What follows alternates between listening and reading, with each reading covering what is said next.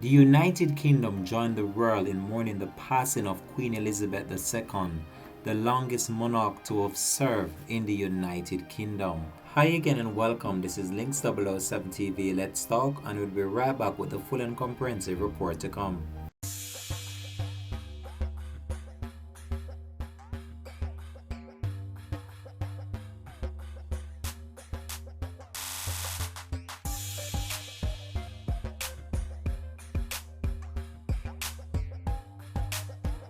Welcome back and thanks for joining us for Links 007 TV. Let's talk.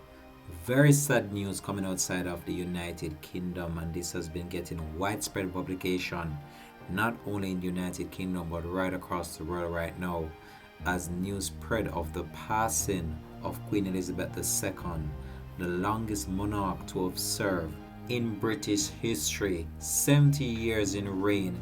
And I can tell you that this has left the whole entire world in total shock and disbelief. But as I said before, Links 007 TV will continue to give you some exclusive coverage. We'll be visiting the Buckingham Palace very soon as well, and we'll continue to just update you with the latest we have in relation to this. But very sad news coming outside of the United Kingdom today.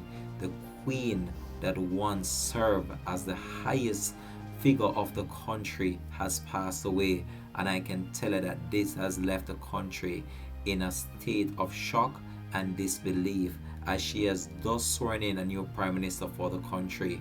However, we have some memories to share with you of the Queen, and also we're going to give you some tour of around the Buckingham Palace itself that we've done some years ago. So that's what we're going to do in this report. So this is Links 007 TV, and we're going to take you over now to some clips of the Buckingham Palace and also some fun memories of the Queen.